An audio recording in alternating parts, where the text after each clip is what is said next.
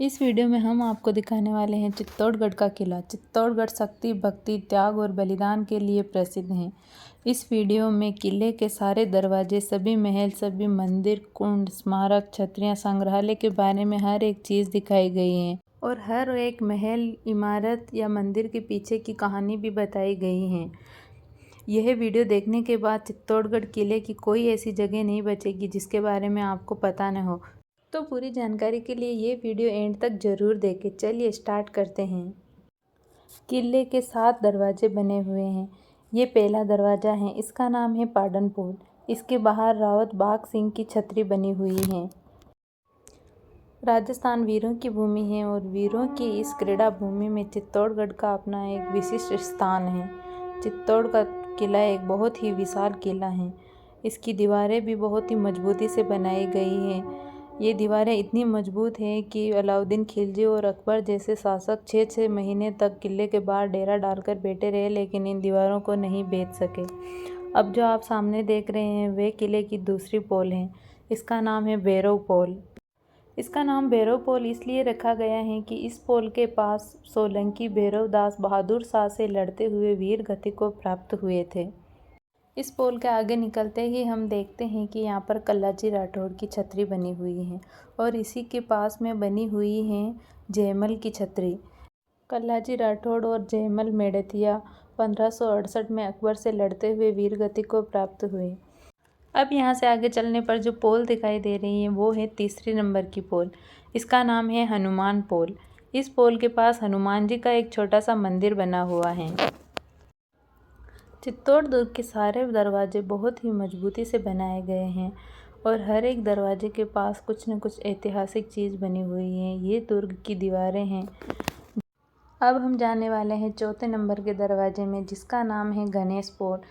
इसके पास ये गणेश जी का एक छोटा सा मंदिर बना हुआ है जो आपको दिखाई दे रहा होगा दरवाजे की लेफ्ट साइड में। और जब हम इस पोल से आगे निकलते हैं तो थोड़ा आगे चलकर थोड़ी सी दूरी पे हमें मिलते हैं ये एकलिंग नाथ जी की शक्तिपीठ। एकलिंग नाथ जी राजपूत शासकों के कुल देवता थे। यहाँ पर उनकी शक्तिपीठ बनाई गई हैं और इसके थोड़ा आगे चलने पर ये हमें दिखाई दे रही है 5वें नंबर की पोल। इसका नाम है जोड़ला पोल। ये जो सारे दरवाजे बनाए गए हैं इनके हर एक दरवाजे के पास में सीढ़ियाँ बनी हुई हैं। आप इसके ऊपर जा सकते हैं। ऊपर जाकर पूरे दरवाजे को देख सकते हैं, नीचे शहर का पूरा दृश्य देख सकते हैं।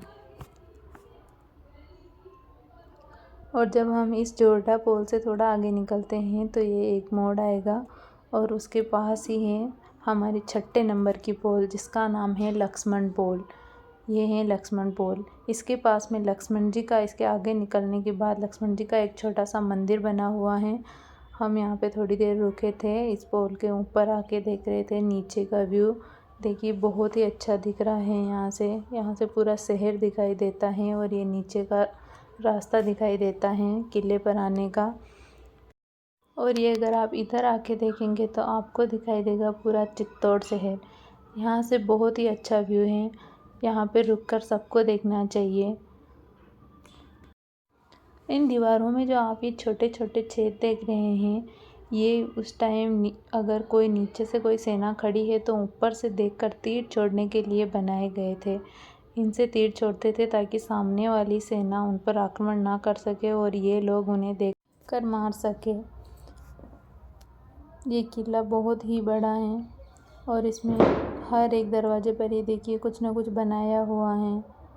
ऐसा आपको हर महल, हर जगह कुछ न कुछ मिल जाएगा। इससे आगे ये लक्ष्मण जी का छोटा सा मंदिर है और इस दरवाजे से आगे चलते हुए अब हमारी 7वें नंबर की लास्ट पोल आएगी,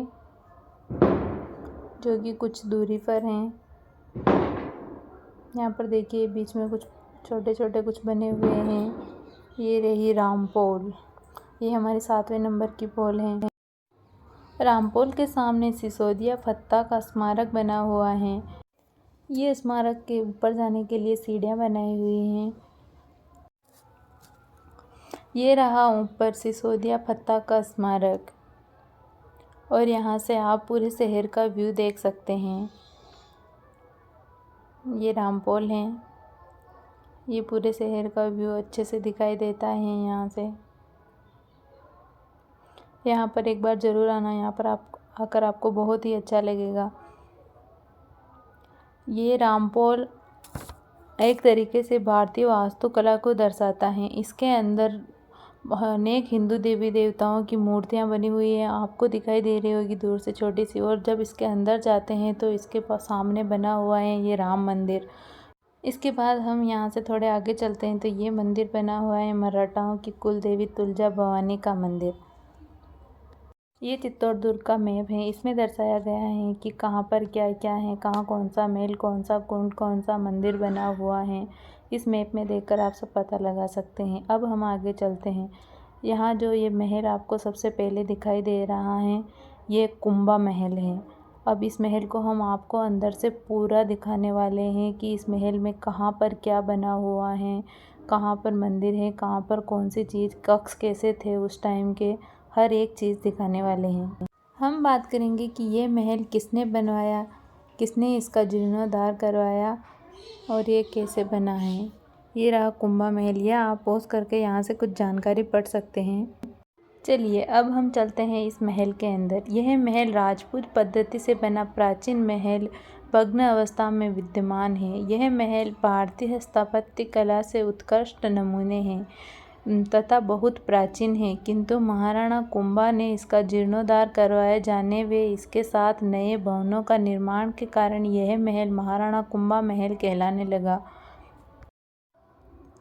महलों के आहत में बने अनेक भवनों दीवाने आम, सूरज गोखड़ा, जनाना महल, कंवरपदा के महल तथा शिव मंदिर प्रमुख हैं। पुरातात्विक विभाग द्वारा की गई खुदाई में इन महलों के नीचे तहखाने मिले हैं, जहां से एक सुरंग का गोमुख तक जाना बताया जाता है।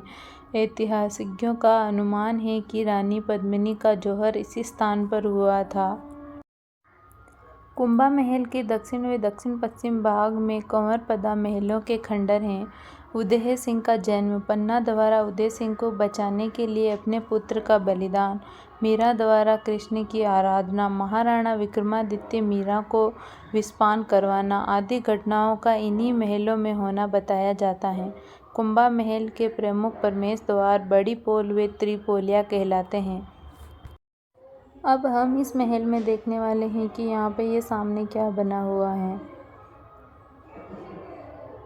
ये महल बहुत ही खंडर हो चुका है क्योंकि ये बहुत ही प्राचीन महल है। ये बहुत समय पहले बनाया गया है। यहाँ पर देखिए, यहाँ पे बिल्कुल कुछ भी दिखाई नहीं दे रहा है। वहाँ आगे जाने का रास्ता नहीं है। यहाँ बीच में एक बहुत ही गहरा गड्ढा है जहाँ से आप उस पार नहीं जा सकते हैं। लेकिन यहाँ पर ये सीढ़ियाँ बनी हुई हैं। ये सीढ़ियाँ क्यों बनाई गई हैं पता नहीं। शायद हो सकता है कि यहाँ पे नीचे एक और फ्लोर होगा, इसलिए ये सीढ़ियाँ हैं। अभी तो सब कुछ बंद है, सिर्फ ये सीढ़ियाँ ही दिखाई दे रही हैं और कुछ नहीं है। सीढ़ियों से आगे अगर आप जाएंगे तो आपको कुछ भी दिखाई नहीं देगा, बस ये सीढ़ियाँ हैं, उसके आगे बंद किया हुआ है। इस महल में कई ऐसी चीज़ें बनी हुई हैं जो हमें देखकर समझ में नहीं आता है कि ये क्या थी और क्यों बनाया गया है। अगर आप पूरा इस महल में घूमना चाहेंगे तो आपको 1 से 2 घंटे लगेंगे क्योंकि ये बहुत ही बड़ा है। ये आप देख पा रहे होंगे नीचे यहाँ पर लाइट एंड साउंड शो होता है। और ये इधर महल, ये कुछ मंदिर बना हुआ है एक।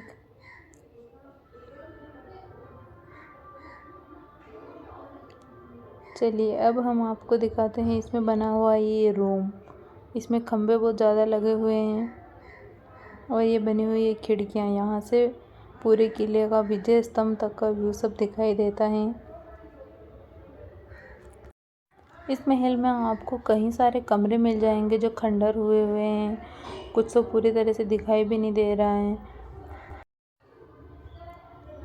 वो जो सामने महल दिखाई दे रहा है, बोला जाता है कि वो पन्ना दाई का महल है और उसके पास में जो बड़ा महल दिखाई दे रहा है वो मीरा महल है।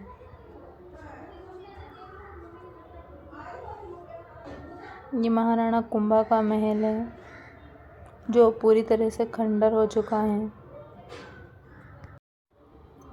और इस महल में घूमते घूमते हमें मिला है ये खाई। इसमें अगर हम देखते हैं तो इस साइड से तो कुछ भी दिखाई नहीं दे रहा है, लेकिन इसके उस साइड जाकर जब हमने देखा तो यहाँ पर कुछ मंदिर जैसा बना हुआ है। कोई भगवान की मूर्ति लगी हुई है अंदर। पता नहीं ये कौन से भगवान है और ये भी नहीं पता है कि यहाँ जाते कैसे हैं। ये तो बहुत ही नीचे, एक फ्लोर जितना नीचे दिखाई दे रहा है और यहाँ जाने का कोई रास्ता भी नहीं है। ये महल इतना बड़ा है, आप अगर इस पूरे महल में घूमेंगे तो आपको कई सारी ऐसी चीज़ें मिल जाएंगी जो आपने कभी नहीं देखी है। अगर आप ध्यान से देखें तो यहाँ पर बहुत कुछ अलग बना हुआ है। ये सब देखते हैं, इसके बाद हम जब आगे चलते हैं, यहाँ पर ये 2 रूम बने हुए हैं। इनको अंदर से देखना चाहेंगे कि कैसे हुआ करते थे उस टाइम के कमरे। अंदर चल के देखते हैं। ये देखिए, ये रूम था, पूरा अंधेरा अंधेरा।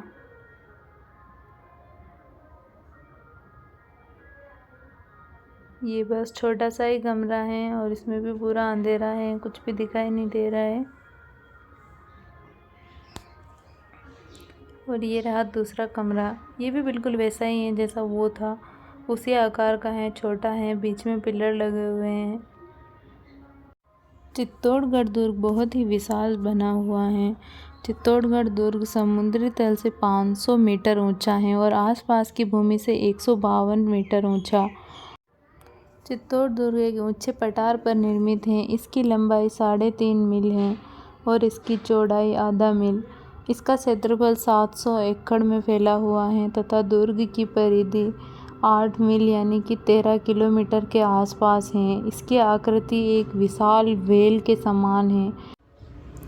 ये जो आप सामने देख रहे हैं, ये महल के बाहर बना हुआ चौगान है। यहाँ पर कहते हैं कि राजाओं के राजकुमार वो सब तलवारबाजी और सब सीखा करते थे।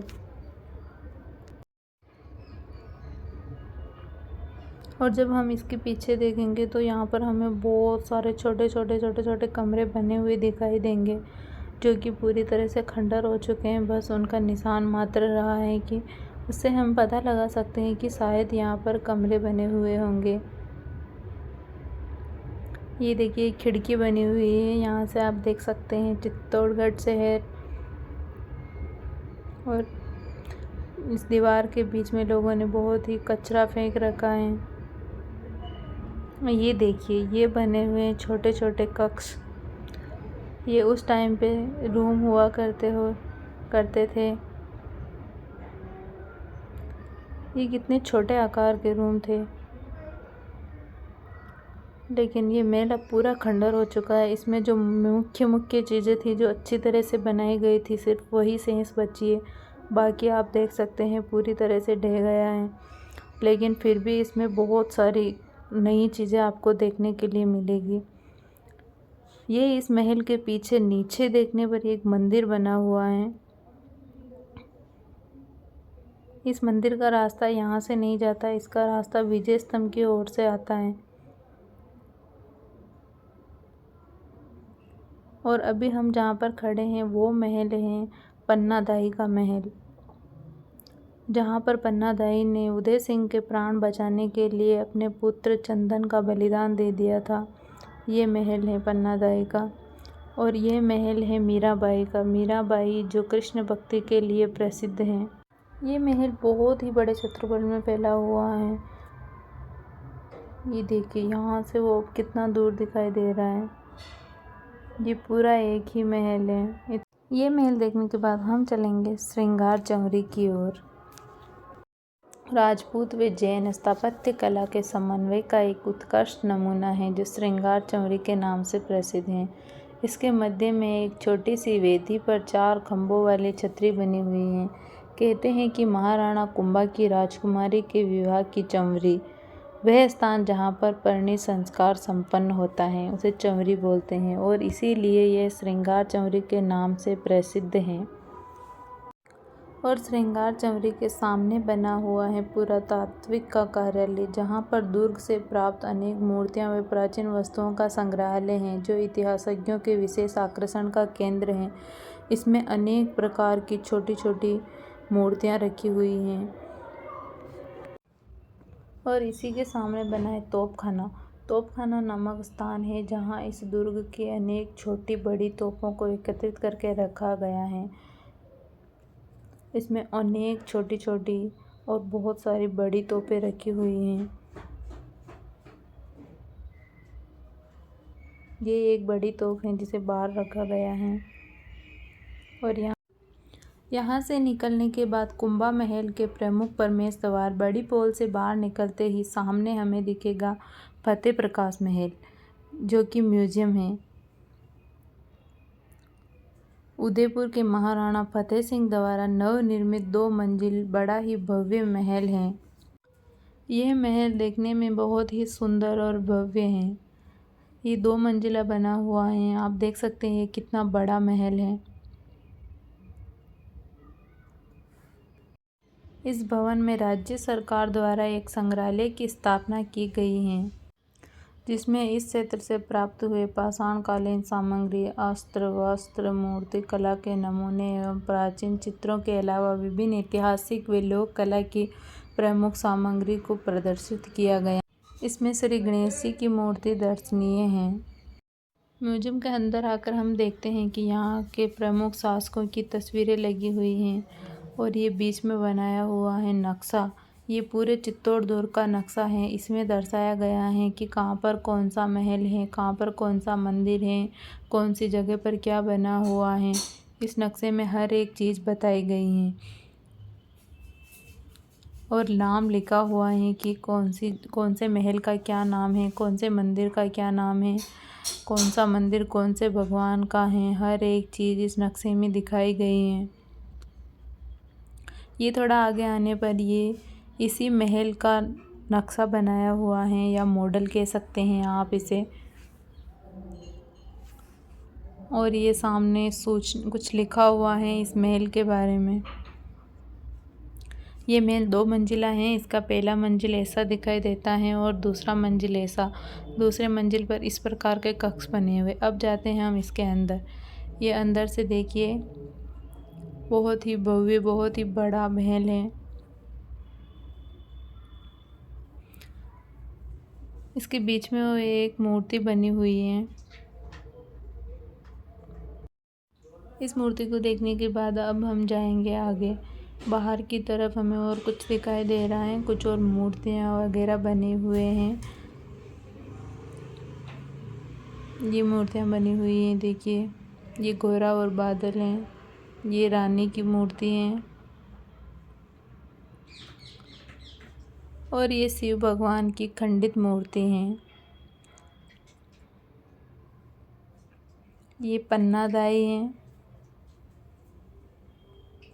पन्नादाई के बारे में तो आप सब जानते ही होंगे। और ये मीरा की मूर्ति बनी हुई है। ये मीराबाई हाथ में कृष्ण भगवान को लिए हुए मूर्ति बनी हुई है। अब हम जाते हैं म्यूजियम की तरफ। ये पूरा पाषाणकालीन शस्त्र हैं, जिसमें कुछ पत्थर रखे हुए हैं। अंदर आने पर हम देखते हैं कि यहाँ पे बहुत सारे भाले, ये अलग अलग प्रकार के औजार रखे हुए हैं। बहुत ही अलग अलग तरह के भाले रखे हुए हैं, अलग अलग साइज के। और ये बीच में एक मूर्ति बना रखी है, भाला पकड़े हाथ में खड़े हैं। बहुत सारे अलग अलग तरह के भाले हैं, बांस के बने हुए। और ये अलग औजार जिनके जैसे आपने कहीं नहीं देखे होंगे। और ये इन सब के बारे में यहाँ पे डिटेल से लिखा हुआ है कि कौन सा औजार क्या है, कौन सा क्या है। अब हम थोड़ा आगे चलते हैं।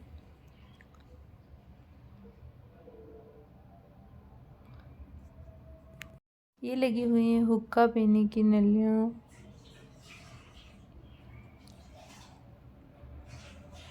ये इधर कुछ हथियार कुछ रखे हुए हैं।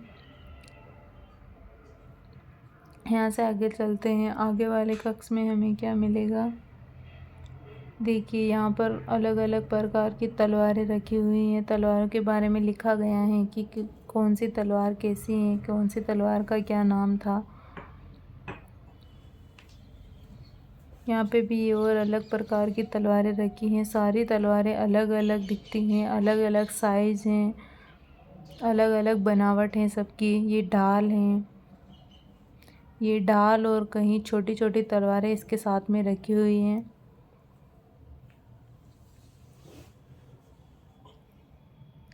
ये इधर बंदूकें रखी हुई हैं, बहुत सारी बंदूकें हैं जिनमें बड़ी बड़ी बंदूकें हैं, छोटी बंदूकें हैं, पिस्टल बहुत सारी रखी हुई हैं।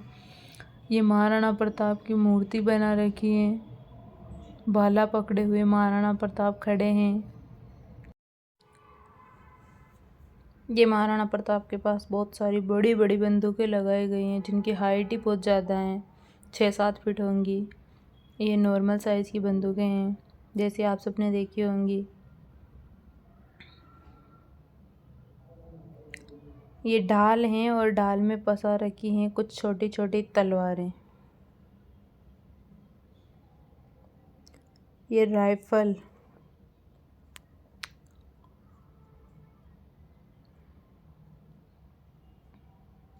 ये हैं बड़ी बंदूकें, बंदूक की नाल हैं।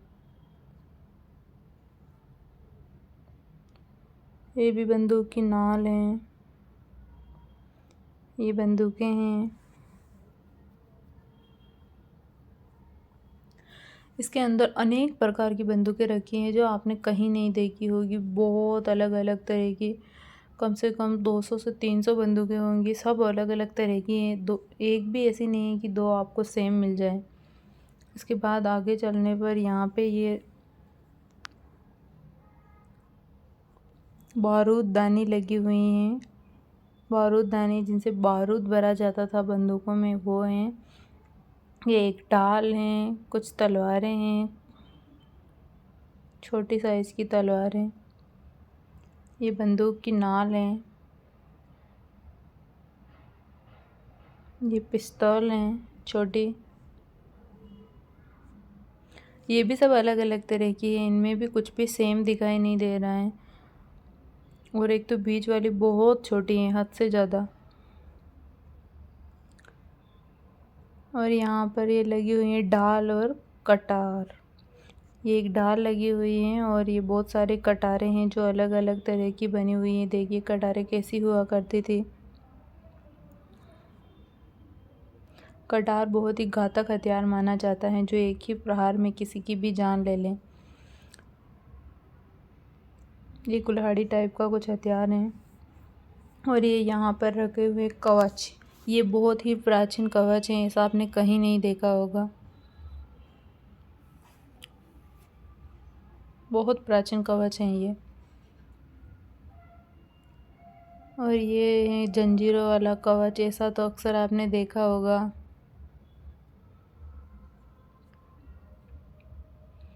ये उस टाइम के असली कवच है। ये एक मूर्ति को कवच पहना कर खड़ा किया हुआ है।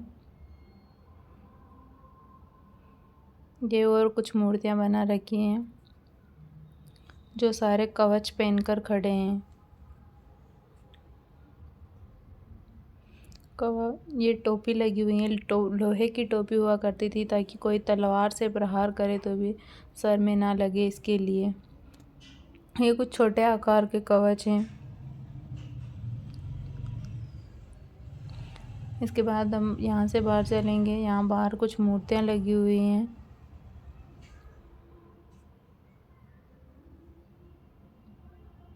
ये एक छोटे बच्चे की मूर्ति बनी हुई है। ये राज नर्तकी की मूर्ति है। उस टाइम पे जो हुआ करती थी नृत्यांगनाएं, उनकी मूर्ति है ये।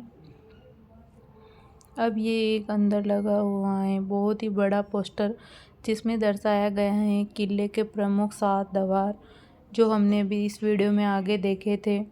उनका फ़ोटो जैसे बनाया गया है, नक्शा बनाया रखा है पूरे 7 दरवाज़ों का। और ये फतेह प्रकाश महल अंदर से बीच से खड़े होके ऐसे दिखता है। बहुत ही भव्य महल है, बहुत अच्छा है। इसके सेकंड फ्लोर पर नहीं बंद कर रखा है अभी। फतेह प्रकाश महल के दक्षिण पश्चिम में सड़क पर ही 11वीं शताब्दी में बना एक भव्य जैन मंदिर जिसमें 27 देवरियां होने के कारण इसे 27 देवरी कहते हैं। मंदिर के अंदर की गुंबजनुमा छत एवं खंभों पर की हुई खुदाई देलवाड़ा जैन मंदिर की याद दिलाती हैं। सतबीज देवरी से एक छोटी सड़क दक्षिण की ओर जाती है। इस सड़क पर विष्णु के 12 अवतार व कुंभशाम का भव्य मंदिर बना हुआ है। इसका निर्माण महाराणा कुंभा ने सन 1449 ईस्वी में करवाया था। विराह मंदिर के सम्मुख एक ऊंची छतरी बनी हुई है। गरुड़ की मूर्ति स्थापित है इसमें। कुंभशाम मंदिर महाराणा कुंभा द्वारा निर्मित कुंभस्वामी नामक 3 विष्णु के मंदिरों में से एक है। इसी प्रकार के 2 मंदिर कुंभलगढ़ तथा अचलगढ़ में बने हुए हैं। इन मंदिरों में भूरे रंग के बहुला पत्थर का प्रयोग हुआ है। ये सभी मंदिर उच्च शिखरों से अलंकृत तथा ऊंची प्रसाद पीठ पर अवस्थित हैं। इसके गर्भगृह के द्वार खंडों, मंडपों, छतों एवं स्तंभों पर सुंदर मूर्तियां तथा कला के अन्य शुभ प्रतीकों का सुंदर आंकलन हुआ है। बाह्य भाग में मोहक कलाकृतियों के अलावा प्रधान ताकों में विष्णु के विविध रूपों को अंकित करने वाली भव्य मूर्तियां हैं। और इसी मंदिर के पास में बना हुआ है एक छोटा सा मंदिर। इसे मीरा मंदिर के नाम से जाना जाता है। कहा जाता है कि महाराणा भोजराज ने मीराबाई के लिए इस मंदिर का निर्माण करवाया था। कहते हैं कि राणा ने मीराबाई को विष भी इसी मंदिर के अंदर दिया था। ये मंदिर बहुत ही प्राचीन है। इस मंदिर के अंदर भगवान श्री कृष्ण की और उनके पास बैठी हुई मीराबाई की मूर्ति लगी हुई है। मीराबाई मेड़ता की राजकुमारी थी और उनका विवाह मेवाड़ के शासक महाराणा सांगा के ज्येष्ठ पुत्र भोजराज के साथ हुआ था। मीराबाई बचपन से ही कृष्ण भक्ति में लगी हुई थी।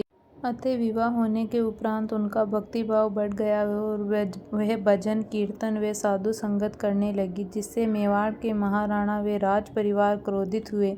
किंतु मीराबाई ने उनकी परवाह नहीं की तथा अपने इष्ट देव की आराधना में लगी रही। इसलिए इस मंदिर में भगवान श्री कृष्ण की और मीराबाई की मूर्ति लगी हुई है। और इस मंदिर के बाहर एक छतरी बनी हुई है जिसमें मीरा के गुरु रविदास महाराज के चरण पादुका बने हुए हैं। मीरा मंदिर पर भी कहीं अनेक छोटी छोटी मूर्तियां बनाई गई हैं। इस मंदिर के पीछे अगर आप जाकर देखेंगे तो कहीं अनेक प्रकार की छोटी छोटी कहीं देवी देवताओं की मूर्तियां बनी हुई हैं। उस टाइम पे इतना भव्य मंदिर बनाया हुआ है। ये देखिए, इस मंदिर पर कहीं छोटी छोटी अलग अलग देवी देवताओं की मूर्तियां बनी हुई हैं और कहीं तरह की अलग अलग स्थापत्य कला का प्रदर्शन होता है। इसमें कहीं सारे देवी देवता, सभी धर्म के देवी देवताओं की, हाथियों की अलग अलग मूर्तियां बनी हुई हैं। लेकिन ये सभी मूर्तियां खंडित हैं क्योंकि औरंगजेब ने सभी मूर्तियों को खंडित करवा दिया था। आप देख सकते हैं इन सब मूर्तियों को अगर ध्यान से देखेंगे तो हर एक मूर्ति का कोई ना कोई अंग टूटा हुआ है। कोई भी मूर्ति पूरी तरह से सही नहीं है। सब मूर्तियां खंडित हैं। लेकिन इस मंदिर के पीछे बहुत सारी मूर्तियां बनाई गई हैं। और इसके पास में बना हुआ है कुंभशाम मंदिर भी कोई बहुत ही विशाल मंदिर है और इसमें भी अनेक देवी देवताओं की मूर्तियां बनाई हुई हैं इसके पीछे। अब हम चलते हैं कुंभशाम मंदिर के अंदर और अंदर से देखते हैं कि इस मंदिर में क्या बना हुआ है। ये बहुत ही भव्य मंदिर है। कहा जाता है कि ये चित्तौड़ दुर्ग का सबसे बड़ा मंदिर है। इसके सामने दीवार पर बनी हुई है ये गणेश जी की रिद्धि सिद्धि के साथ मूर्ति। और ये मंदिर देखने में बहुत ही सुंदर दिखाई देता है। और इस मंदिर के चारों तरफ अनेक देवी देवताओं की मूर्तियां बनाई गई हैं।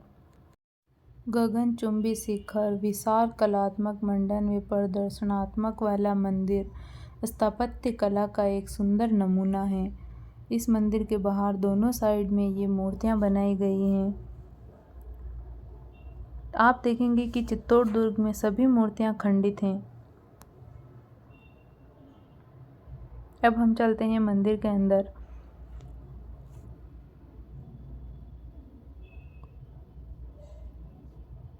ये भगवान कुंभशाम जी की मूर्ति लगी हुई है सामने और ये बहुत सारे पिलर बने हुए हैं मंदिर के अंदर।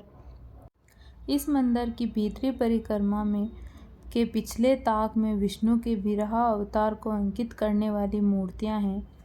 तथा इसके बाह्य ताकों में त्रिविक्रम तथा शिव पार्वती की अनेक प्रकार की मूर्तियां। कुंभश्याम का मंदिर देवी मूर्तियों की दृष्टि से तो महत्वपूर्ण है ही, साथ ही इसमें अंकित दृश्यों में 15वीं सदी में मेवाड़ के जनजीवन की झांकियां भी प्राप्त हैं। इनके अध्ययन से तत्कालीन वेशभूषा, अलंकरण, केश प्रबंधन, वाद्य यंत्रों, शस्त्र आदि का पर्याप्त प्रकाश पड़ता है। इस मंदिर में और भी कई देवी देवताओं की मूर्तियां स्थापित हैं। मंदिर के बाहर छतरी में गरुड़ की मूर्ति स्थापित है। ये दोनों प्रमुख मंदिर देखने के बाद अब हम चलेंगे विजय स्तंभ की ओर। वहाँ पर हम देखेंगे विजय स्तंभ, गोमुख कुंड, जौहर स्थल आदि आदि। तो चलिए हैं, अब हम चलते हैं। अब हम आपको दिखाते हैं विजय स्तंभ। ये है विजय स्तंभ। इसका निर्माण महाराणा कुंभा ने 1440 से 1448 के बीच में करवाया था। यह एक 122 फीट ऊंची 9 मंजिला स्मारक है। भारतीय स्थापत्य कला की सुंदर कारीगरी का प्रतीक है यह स्तंभ। इसके पास में शिशु देखभाल कक्ष बना हुआ है। इस स्तंभ के ऊपर जाने के लिए 157 सीढ़ियां हैं, जो कि केंद्रीय दीवार के साथ साथ घूमते हुए ऊपर की ओर चलती हैं। इस स्मारक के आंतरिक तथा बाह्य भागों में अनेक भारतीय पौराणिक देवी देवताओं की मूर्तियां स्थापित हैं। हिंदू देवी देवताओं के अजायब घर के नाम से भी जाना जाता है। अब हम चलते हैं जौहर स्थल की ओर।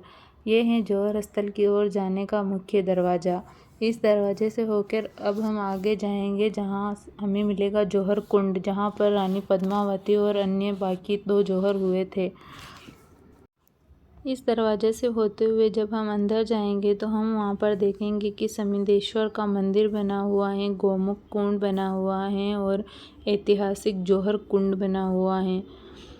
वो जौहर स्थल जिसके बारे में सब जानते हैं, जहाँ पर रानी पद्मावती ने जौहर किया था। ये दरवाज़ा अंदर आने के बाद ऐसा दिखता है। इसके भी दोनों साइड में कोई मूर्तियाँ बनाई हुई हैं और इसके सामने ये महादेव का एक छोटा सा मंदिर बना हुआ है। ये रहा जौहर स्थल और इसके पीछे जो आपको जगह दिखाई दे रही है वही था जौहर कुंड, लेकिन इसे अभी सरकार ने भरवा दिया है। और जब इसे भरवाया गया तो इसके अंदर कहीं सारी हड्डियां और बहुत सारी ज्वेलरी मिली थी। ये जो आप सामने देख रहे हैं ये है दरवाज़ा, जहां से वो रानियां जौहर के लिए आई थी। और इसके जो ये मुख्य दरवाज़ा है, जहाँ पर जो मूवी में भी दिखाया गया है, ये समदेश्वर जी का मंदिर है। यह एक प्राचीन मंदिर है जिसके निज मंदिर में शिवलिंग के पीछे दीवार पर शिव की त्रिमूर्ति है। शिव की ये 3 मुख रज एवं तम के घोतक हैं। इस मंदिर का निर्माण मालवा के राजा भोज ने करवाया था तथा सन 1427 ईस्वी में चित्तौड़ के महाराणा मोकल ने इसका जीर्णोद्धार करवाया था। इस मंदिर में 2 शिलालेख हैं। इस मंदिर के पीछे ही बना हुआ है गोमुख कुंड। ये गोमुख कुंड है जहाँ पर कहते हैं कि सर्दियों में पानी गर्म रहता है और गर्मियों में पानी ठंडा, और बोलते हैं कि इस कुंड का पानी कभी ख़त्म नहीं होता है, 12 महीने ये कुंड भरा हुआ रहता है। गोमुख कुंड भूगर्भित जल चट्टानों से लगे गोमुख से शिवलिंग पर निरंतर झरने के रूप में गिरता रहता है। यह स्थल तीर्थ स्थान माना जाता है तथा लोग इस कुंड में प्राय स्नान करने आते हैं। गोमुख कुंड में अनेक प्रकार की मछलियां हैं जो चने डालने पर आ जाती हैं। यात्री प्राय चने डालकर उनकी क्रीड़ा का आनंद लेते हैं। गोमुख कुंड के उत्तरी किनारे पर एक छोटा सा पार्श्वनाथ का जैन मंदिर है, जिसका निर्माण महाराणा रायमल के समय में हुआ था। मंदिर में प्रतिष्ठित मूर्ति पर खुद कन्नड़ लिपि में लेख में ऐसा अनुमान लगाया जाता है कि मूर्ति दक्षिण से लाई गई है। मूर्ति पर सन 1468 का देवनागरी लिपि में खुदा लेख भी हैं। इस मंदिर में सुरंग के द्वार हैं। ऐसा कहा जाता है कि ये सुरंग कुंभा महल में खुलती हैं। गोमुख देखकर बाहर आने पर कुछ दूर दक्षिण की ओर जाने वाली सड़क की दोनों ओर जलाशय दिखाई देते हैं। सड़क के पश्चिम की ओर जलाशय हाथी कुंड कहलाता है, जहाँ पहले हाथी पानी पिया करते थे।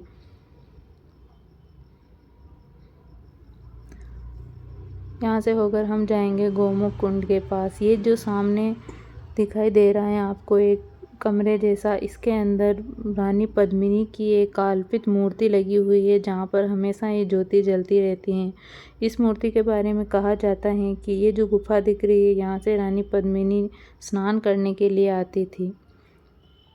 अब हम दिखाने वाले हैं गाय के मुख से गिरता हुआ वो झरना। ये झरना है जो शिवलिंग पर निरंतर गिरता रहता है। ये पानी कहाँ से आता है पता नहीं।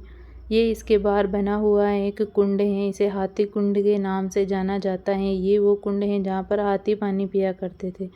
इसके बाद अब हम देखने जा रहे हैं ये जयमल और फत्ता का महल। सड़क के मोड़ पर पश्चिम की ओर तथा गोमुख कुंड के दक्षिण में चट्टानों के बीच जयमल और फत्ता के महलों के खंडर अपने स्वामियों की वीरोचित कार्य की स्मृति लिखे खड़े दिखाई देते हैं।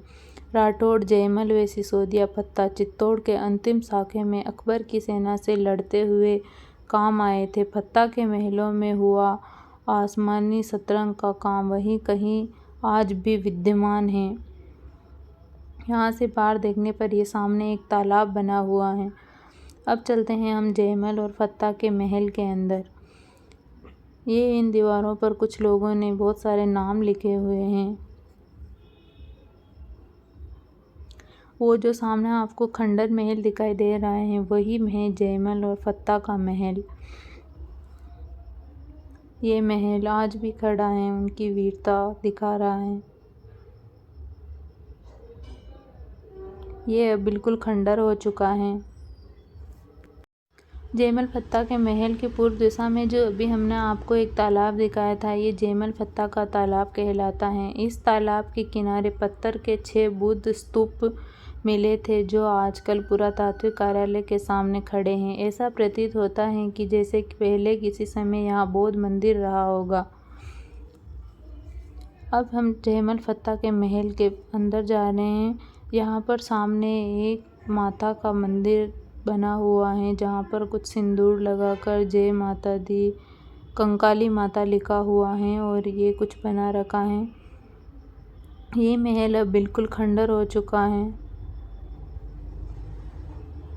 लेकिन उस समय बहुत ही अच्छा बनाया हुआ महल था। नज़दीक से देखने में ये बहुत ही अच्छा लग रहा है। जयमल मेड़ता के राजा थे और फत्ता सिसोदिया उनके बहनोई थे। जब अकबर ने मेड़ता पर शासन कर लिया तो जयमल चित्तौड़ आकर रहने लगे और जब उदय सिंह अपने परिवार को लेकर उदयपुर चले गए थे तो उन्होंने चित्तौड़ किले का देखरेख के लिए जयमल और फत्ता को यहाँ छोड़कर गए थे। और जिस समय अकबर ने 1568 में आक्रमण किया उस समय किले की देखभाल कर रहे थे जयमल और फत्ता। जब अकबर ने किले पर आक्रमण किया तो जयमल फत्ता वीरगति को प्राप्त हुए और फत्ता की पत्नी फूलकंवर के नेतृत्व में सारी वीरांगनाओं ने जौहर किया। अब हम इस महल के अंदर देखेंगे कि एक मंदिर बना हुआ है। ये महल बिल्कुल खंडर हो चुका है। इसे देखकर भी अंदर जाते हैं जब कोई नहीं हो तो हमें डर लगता है, ऐसा महल है। लेकिन यहाँ पर एक मंदिर बना हुआ है। ये इसमें शायद माता रानी की पूजा की जाती है। यहाँ पर कोई एक औरत भी थी जो पूजा करती है, शायद वो इस मंदिर में के अंदर बैठी हुई थी। ये देखिए पूरा महल कैसे दिखाई देता था अंदर से। इसमें ये एक कक्ष बना हुआ है। इस साइड जो कक्ष बना हुआ है उसमें ये माता की मूर्ति लगी हुई है। अब हम आपको दिखाते हैं इस महल का वो वाला कक्ष जिसमें कोई किसी भी भगवान की मूर्ति नहीं लगी हुई है। अंदर से देखिए वो कमरा कैसा दिखाई देता है। इसके अंदर भी ये कोई मूर्ति लगी हुई है लेकिन इनकी पूजा नहीं होती दिखता। बाहर से तो दिखाई भी नहीं दे रही थी, अंदर आने के बाद दिखाई दी। जयमल फत्ता के महल के दक्षिण में सड़क के पश्चिम किनारे पर कालिका माता का सुंदर, विशाल और ऊंची कुर्सी पर बना हुआ बहुत प्राचीन मंदिर है। मंदिर के खंभों, छत, निज मंदिर के द्वार पर खुदाई का काम बहुत प्राचीन प्रतीत होता है।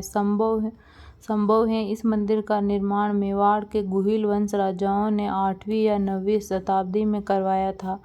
पहले यह सूर्य मंदिर था लेकिन मुगलों के आक्रमण के समय सूर्य की मूर्ति तोड़ दी गई थी। बाद में इसकी जगह कालिका माता की मूर्ति स्थापित कर दी गई। नवरात्रि पे यहाँ मेला लगता है तथा अनेक यात्री दूर दूर से दर्शन के लिए आते हैं। मंदिर के दक्षिण में तालाब के किनारे रावल रतन सिंह की रानी पद्मिनी का महल बना हुआ है। एक छोटा महल तालाब के बीच में भी बना हुआ है। लोगों का यह विश्वास है कि यह महल रानी पद्मिनी के ग्रीष्मकालीन विहार के लिए था। उसका मूल निवास राजप्रसाद, जो आजकल कुंभा महल के नाम से प्रसिद्ध हैं, वह कुंभा महल में ही रहती थी, जहां उसका जौहर करना भी बताया जाता है। इन महलों की बनावट को देखकर पर्यटक के मन में इन महलों की प्राचीनता के बारे में संदेह उत्पन्न होता है। संभव है अलाउद्दीन खिलजी द्वारा नष्ट किए जाने के बाद उस स्थान पर उस घटना की स्मृति में प्राचीन खंडरों का जीर्णोद्धार करवाकर नए महल का निर्माण करवाया गया हो। महाराणा सज्जन सिंह ने सन 1881 में इन महलों की दीवारों को पुनः प्लास्टर करवाया तथा कुछ नवीन निर्माण कार्य भी करवाया था, क्योंकि तारीख 23 नवंबर सन 1981 को चित्तौड़ दुर्ग पर उक्त महाराणा दरबार हुआ था, जिसमें भारत के तत्कालीन गवर्नर जनरल लॉर्ड रिपेन स्वयं चित्तौड़ आए थे तथा महाराणा को GCSI की उपाधि प्रदान की थी। उसी अवसर पर महाराणा ने इन महलों को अतिरिक्त दुर्ग के अनेक भवनों इमारतों की मरम्मत करवाई थी। पद्मावती महल के पूर्व की ओर ये तालाब बना हुआ है। इसके अंदर जब हम जाते हैं तो हमने देखा था अभी बाहर से वो जल महल भी दिखाई दे रहा था।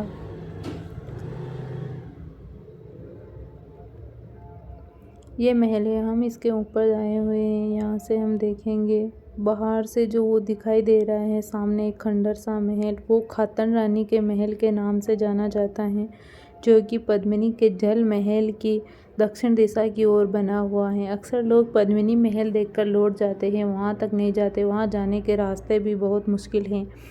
वो खातन रानी का महल है। महाराणा क्षेत्र सिंह की पासवान बेगम, जो कि खातन थी, उनके लिए उन्होंने बनवाया था। ये पद्मिनी महल के अंदर कुछ बना हुआ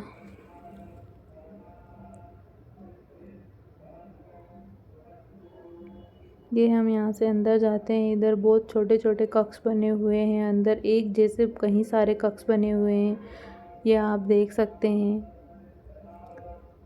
और इनकी खास बात है कि हर कक्ष के अंदर झरोखे बने हुए हैं, मतलब खिड़की टाइप, जिससे बाहर से आके देख सकते थे। और इनके अंदर हर रूम के अंदर ये देखिए इस तरह के दरवाजे जैसे लगे हुए हैं, 3-3, और सेम आकार के कई सारे रूम बने हुए हैं इस महल में।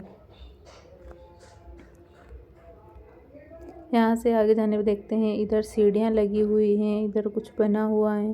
सीढ़ियों के पास उधर कुछ रखा हुआ है, वो आप देख पा रहे होंगे। इधर ऊपर जाने का रास्ता, सीढ़ियाँ थी। ये एक और वैसा ही रूम है, और ये इसके अंदर कुछ छोटा सा कक्ष बना हुआ है। शायद ये उस जमाने का बाथरूम हुआ करता होगा। और ये खिड़की लगी हुई है जहाँ से पीछे का तालाब दिखता था। पद्मिनी महल में एक जैसे कई सारे कमरे बनाए हुए हैं।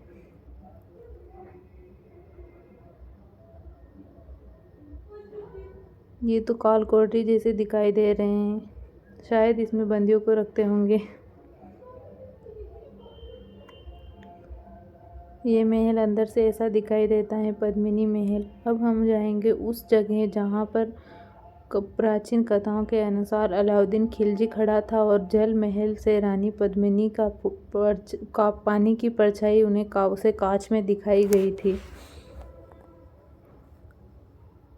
ये है वो जगह जहाँ पर दिखाया जाता है कि अलाउद्दीन खिलजी खड़ा होता है रतन सिंह के साथ, और सामने वाले यहाँ से इस खिड़की से सीधा सामने दिखता है वो जल महल जहाँ पर पद्मिनी रहती थी। कहा जाता है कि जब महारानी पद्मिनी उन सीढ़ियों पर निकलती थी तो उनकी परछाई पानी में गिरकर वहाँ से सीधी इस महल के अंदर लगे हुए कांच पर पड़ती थी।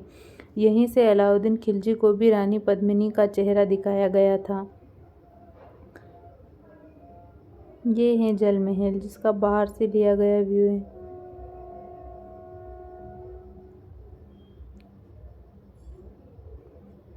इसके आगे चलते हैं तब आता है ये एक कुंड।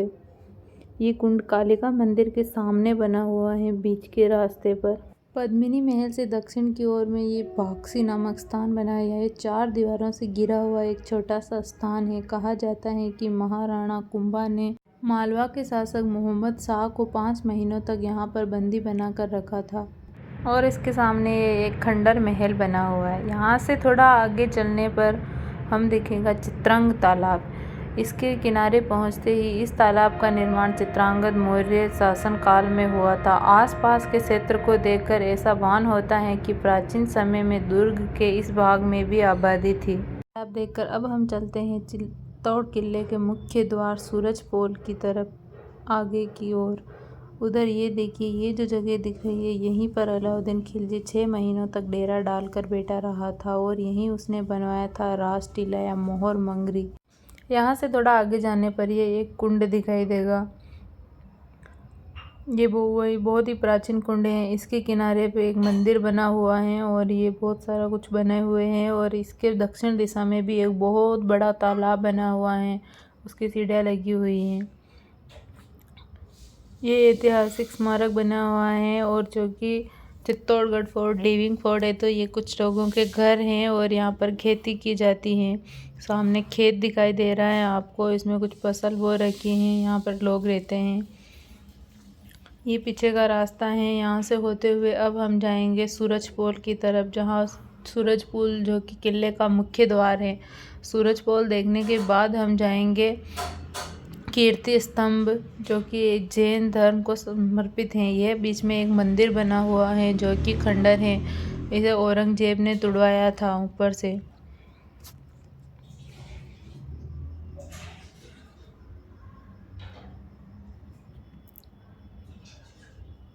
इधर बीच में एक प्राचीन माता का मंदिर है।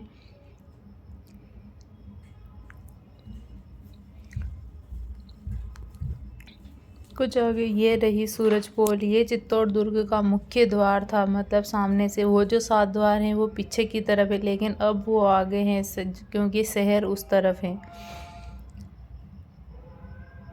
सूरजपोल से कुछ ही दूरी पर ये मंदिर बना हुआ है, प्राचीन शिव भगवान का मंदिर है। और यहाँ से वो दिख रहा है कीर्ति स्तंभ और उसके पास बना हुआ एक जैन मंदिर।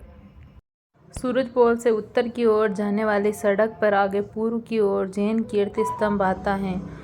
इसे 7 मंजिल 75 फीट ऊंचा स्मारक का निर्माण दिगंबर संप्रदाय के बगरवाल महाजनन सनातन के पुत्र जीजा ने करवाया था। इसका निर्माण 12वीं शताब्दी का माना जाता है। यह कीर्ति स्तंभ आदिनाथ का स्मारक है।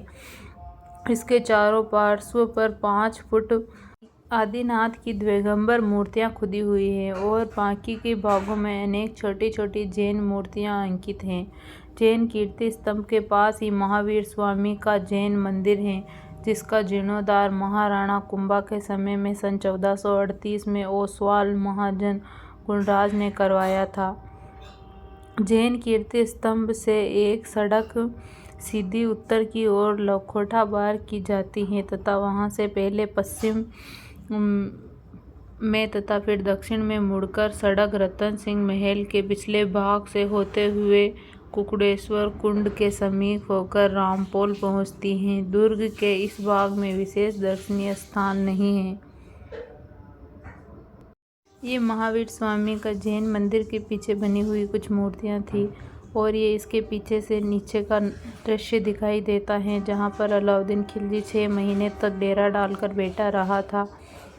कीर्ति स्तंभ के आगे से जो सड़क निकलती है, सड़क के पश्चिम भाग में लगभग 500 मकानों की एक छोटी बस्ती है, जिसकी जनसंख्या 2000 के लगभग है। यह बहुत प्राचीन बस्ती है तथा नागरिकों की सुविधा के लिए यहाँ लड़कों तथा लड़कियों के लिए पाठशालाएं, आयुर्वेदिक औषधालय, डाकघर आदि हैं। इस प्राचीन बस्ती में मकानों से घिरे हुए कुछ प्राचीन मंदिर हैं, जिनका निर्माण प्रमुख है। इनमें मुख्य हैं बाण माता का मंदिर, अन्नपूर्णा का मंदिर, राघवदेव की छतरी आदि। और ये जो भी आप देख रहे हैं, ये कीर्ति स्तंभ के पास महावीर स्वामी का जैन मंदिर है, जो अंदर से ऐसा दिखता है। अब हम आए हैं सूरजपोल। जो कि मुख्य द्वार हैं। इसके बारे में हम आपको कुछ बता देते हैं। ये वो द्वार हैं जहाँ पर उस ज़माने में मुख्य आना जाना रहता था। कोई भी मेहमान कुछ भी हो इसी द्वार से आते थे। ये किले का मुख्य द्वार हुआ करता था। इसके नीचे वहाँ डेरा डालकर बैठा था अलाउद्दीन खिलजी और ये जाने का रास्ता था। और यहाँ से पूरा नीचे जो खाली जगह दिख रही है वो उस टाइम में भी खाली जगह ही थी। यही वो ऐतिहासिक भूमि है जहाँ पर सभी ऐतिहासिक युद्ध लड़े गए। इसके बाद हम चलेंगे सिंगलू हाहड़ा के महल या रतन सिंह के महल, जो कि दुर्ग के उत्तर की ओर बना हुआ है। यह महल चट्टान पर स्थित महल कुछ खंडर दिखाई देता है। यह महल हिंगुल हाड़ा के महल के नाम से प्रसिद्ध है। पूर्व काल में अहाड़ा स्थान पर रहने के कारण मेवाड़ के राणाओं का उपनाम अहाड़ा हुआ था। डूंगरपुर तथा बांसवाड़ा के राजा भी अहाड़ा कहलाते थे। हिंगुल डूंगरपुर का अहाड़ा सरदार था और इन महलों में रहता था, जिससे यह महल हिंगुल हाड़ा के महल कहलाए। ये रतन सिंह के महल के नाम से भी प्रसिद्ध हैं। ऐसा कहा जाता है कि महाराणा सांगा का पुत्र रतन सिंह महाराणा रतन सिंह द्वितीय इन महलों में रहता था, जिसके कारण इन्हें रतन सिंह महल कहने लगे।